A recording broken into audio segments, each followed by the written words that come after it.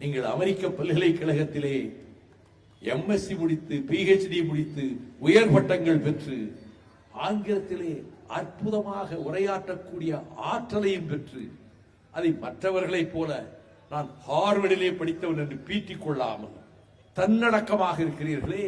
இந்த அமைச்சரவையிலேயே நான் அறிந்த மட்டில் வெளிநாட்டு தூதர்கள் வந்தாலும், வெளிநாட்டுகளில் இருந்து தொழிற்சாலைகளிலே முதலீடு செய்பவர்கள் வந்தாலும் அவர்களிடம் அனாயாசமாக ஆங்கிலத்திலே உரையாடுகிற ஆற்றல் பெற்ற தலைமகன் அந்த மந்திரி சபையிலே அருமை சகோதரர் தங்கம் தென்னரசு அவர்கள் தான்.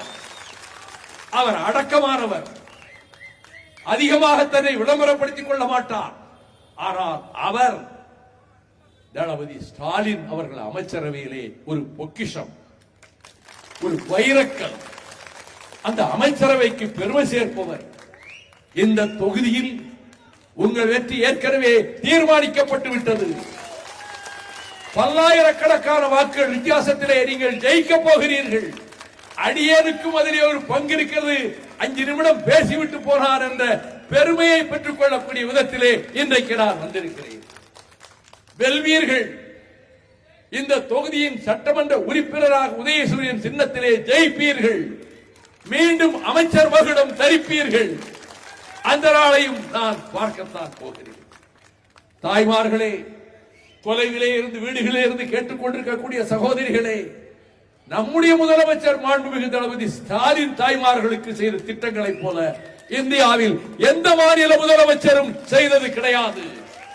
அத்தனை திட்டங்கள், கட்டணமே கிடையாது. பேருந்தில் எங்கு வேண்டுமானாலும் செல்லுங்கள்.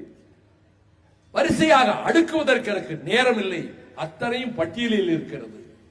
அதற்கும் மேலாக கடைசியில் இவ்வளவு உதவிகளையும் செய்துவிட்டு இதற்கும் மேலும் உங்களுக்கு உதவ வேண்டும் என்பதற்காக அவர் 8000 ரூபாய் கூப்பன் ஒவ்வொரு சகோதரிக்கும் உண்டு.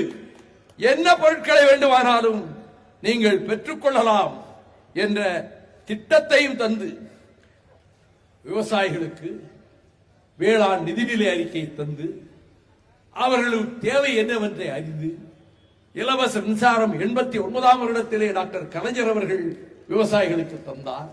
இப்பொழுது பம்பு செட்டுகளிலே இனி மீட்டரே வைக்க வேண்டிய அவசியம் இல்லை என்று நம்முடைய முதலமைச்சர் அவர்கள் அறிவித்து விட்டார்.